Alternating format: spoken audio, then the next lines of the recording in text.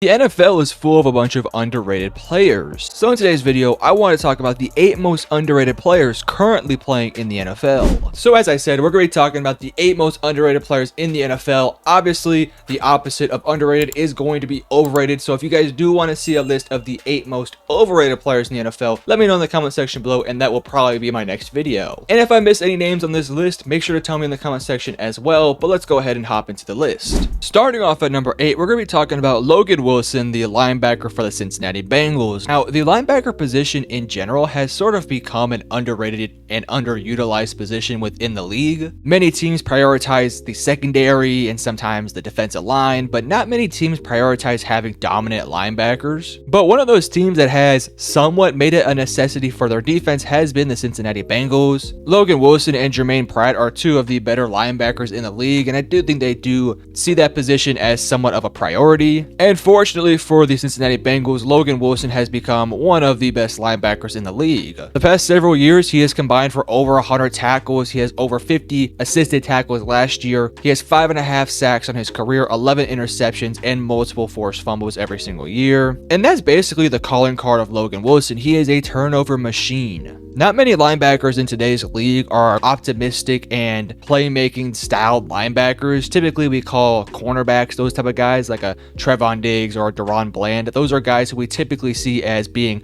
playmakers and guys who can switch a game in just one play. But for the Cincinnati Bengals, they don't really have that guy in the secondary, so they rely on a guy like Logan Wilson to help force a couple turnovers. And the reason why I think that he's an underrated player in today's league is by most of the research that I was able to do on Logan Wilson, I saw that about most of the rankings had him below the top 15 to top 20 linebackers in the NFL. And I think with his level of productivity and his ability to change a game in one single play, I do think that he is easily a top 15 linebacker. I don't think Logan Wilson is particularly special in run defense or pass defense, but I think the ability to make plays and the ability to be good enough at those things makes him a top 15 linebacker. Next up at number 7, we're going to be talking about Derrick Brown. Now, Derrick Brown has been in the league for quite some time. He was obviously drafted very highly in 2020 by the Carolina Panthers, and while he hasn't necessarily been this fantastic player every single year, last year he really broke out to be one of, if not the best players on this Carolina Panthers team.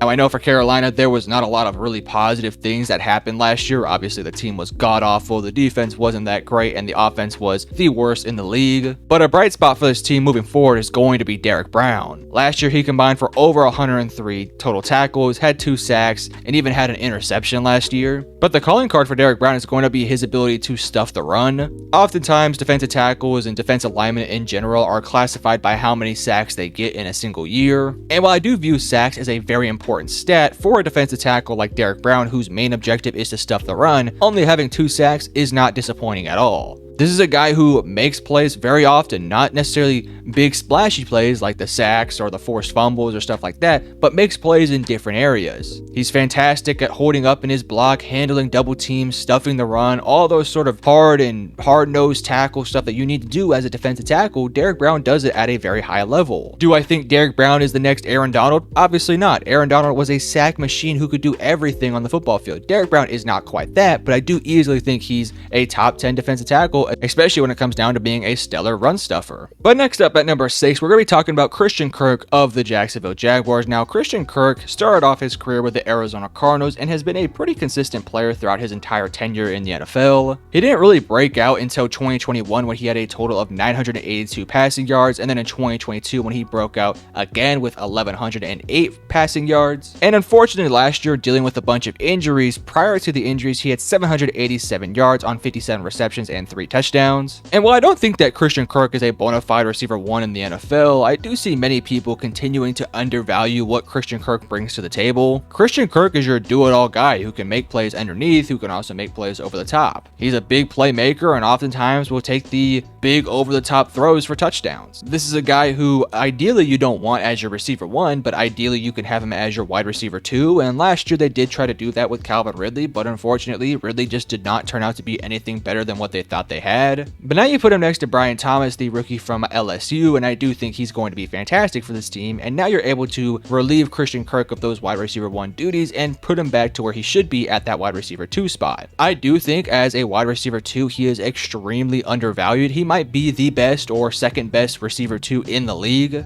Obviously, there's other guys out there like T. Higgins, maybe Tank Dell's in that conversation, or Stephon Diggs, whoever you want to put there. And there's a bunch of other guys you could throw in there as well, but Christian Kirk is just as good as those guys I just listed. Kirk may not blow you away with his stats, especially when you think that he's a receiver 1, but as a wide receiver 2, he could easily average 900 to 1,000 yards a season and be a consistent threat deep in the league. I think his value right now in the NFL is somebody who's outside of the top 30 best receivers in the league, but I do think Christian Kirk is easily a top 30, if not top 20 wide receiver in the NFL, especially when he's healthy. Next up at number 5, we're going to be talking about Frank Ragnow of the Detroit Lions. Now, oftentimes, offensive linemen go under the radar for many, many years of their career, and Frank Ragnow has been one of those guys who has just gone under the radar and sort of under the arms of guys like Jason Kelce. But now that Kelce is retired, I would make the argument that Frank Ragnow is the best center in the league. Obviously, there are some other guys out there like Creed Humphrey and Tyler Linderbaum who are fantastic younger players, but Frank Ragnow has been doing this thing for quite some time, and he is the head of the table when it comes down to that awesome Detroit Lions defense. Frank Ragnow is somebody who could do a bit of everything. He's excellent in run blocking, he's excellent in pass blocking, he's just a reliable and durable center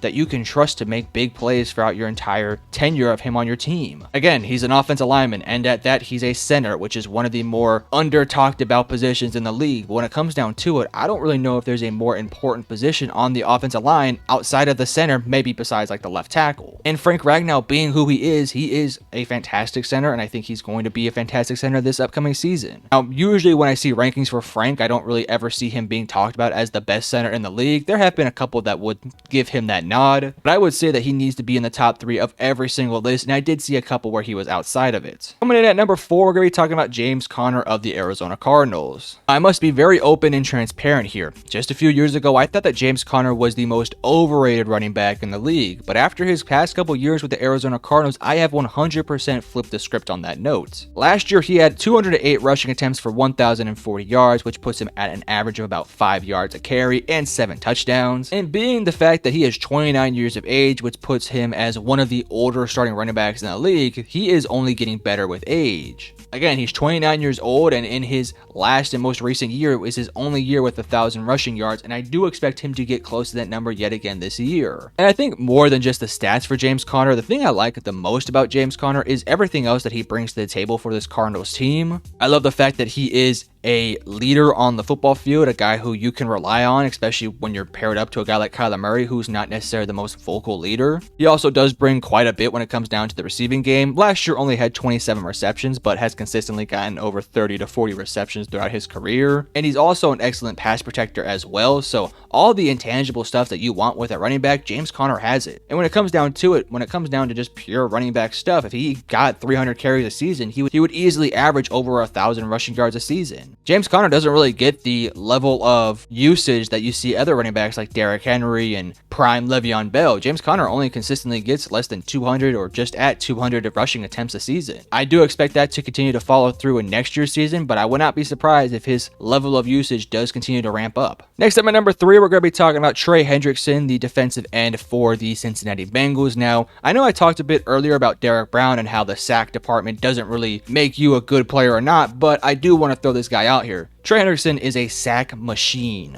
And oftentimes when we talk about the top defensive linemen in the NFL, I don't think that we ever include Trey Hendrickson. Last year via PFF, he accounted for about 20 sacks last year, and if you go on Google, it says 17.5, but PFF does say 20. And throughout basically his entire career, when healthy, he is a sack monster. He consistently averages double-digit sacks and consistently averages very top-tier pass rush percentage. The knockback on Trey Hendrickson is that he's not a fantastic or even great run stuffer at the defensive end position. But I don't think a lot of the Bengals' issues with stuffing the run is on Trey Hendrickson. I think a lot of that was because of some injuries to the defensive tackle room. Trey Hendrickson really has one job for this Bengals team, and that's to get pressure on a quarterback and get sacks, and he does that at a very, very top tier level. I will make the argument that I don't think there's a better pure pass rusher in the league outside of Trey Hendrickson. Yes, you can make the conversation about TJ Watt and maybe Max Crosby and maybe Micah Parsons, but I think when it comes down to it, of all those guys, Trey Hendrickson is probably the most consistent of those guys, and he might just be the best pass rusher of those guys. I'm not going to say he is the best one, but I think there's a legitimate conversation to be said about that. Feels like every single game this guy is making consistent plays, whereas a guy like Micah Parsons can kind of go hot and cold. He's a monster on the field. I suggest you guys watch his highlights because they're actually pretty damn fun to watch. Next up at number 2, we're going to be talking about Trevor Lawrence, the Jacksonville Jaguars starting quarterback. Now, these stats on the field don't really look that impressive for Trevor Lawrence. Like, they don't look bad, but they don't look godly level numbers. For his career, he has 11,770 passing yards for 58 touchdowns and 39 interceptions, and that's just within 3 seasons. And I do think last year was a bit of a step down from his sophomore season. Last year, he had 21 touchdowns and 14 interceptions, whereas in 2022, he had 25 touchdowns and only 8 interceptions. And while initially just looking at the stats, you could easily say that, yeah, Trevor Lawrence is probably not that good of a quarterback. But I think when you take the step back, look at all of the advanced stats and actually watch the film, you will see a lot more of the positives of Trevor Lawrence. I advise anybody who thinks that I am wrong in this pick to go out there and just look at any Trevor Lawrence film rooms, and oftentimes you will find that the majority of the bad plays that happen to Trevor Lawrence are typically not his fault. Last year, Calvin Ridley was a big-time disappointment for this team, and the injury to Christian Kirk really hurt this offense last year.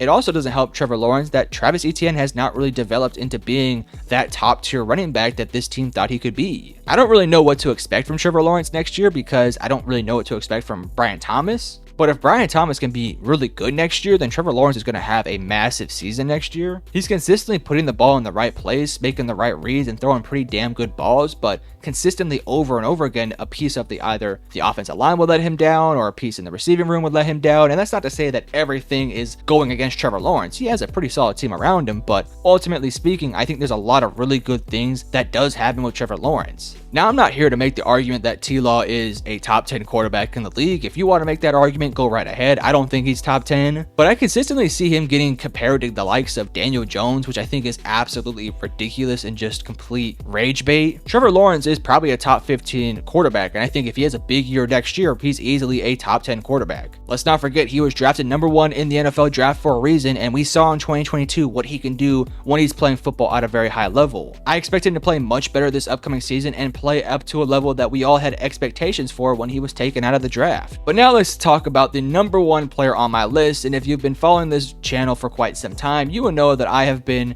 in love with this player for quite some time because I think he is a truly special player in the league, and that is going to be Xavier McKinney, the current Green Bay Packers safety. Now, Xavier McKinney has been really freaking awesome the past couple years for the New York Giants. He started off his career a little bit rusty and didn't really play all that great in his rookie and really in some parts of his sophomore season, but he has been a breakout player ever since then. And now he's joining a Green Bay Packers team where he's going to be paired alongside the likes of Jair Alexander, and I think that secondary is going to blossom because of it. Xavier McKinney is everything you want in a safety. He's excellent in coverage. He's excellent in making plays and forcing turnovers. He's excellent in run support. Is he the best safety in the league? Maybe. I think there's definitely a conversation to be had. Oftentimes we compare him to the likes of Justin Simmons. Well, Justin Simmons isn't even on a team right now. Xavier McKinney is. And I do think that McKinney is extremely undervalued at that. He's a player who I thought could have easily warranted being paid as the top safety in the league, but the Green Bay Packers got him for a deal that I think was very, very, very damn good. Whenever you watch his film and whenever you watch his highlights, this is a guy who consistently makes the right plays at the right time. And for a Packers team that really needs somebody to help them force some turnovers, Xavier McKinney is precisely the guy to get the job done.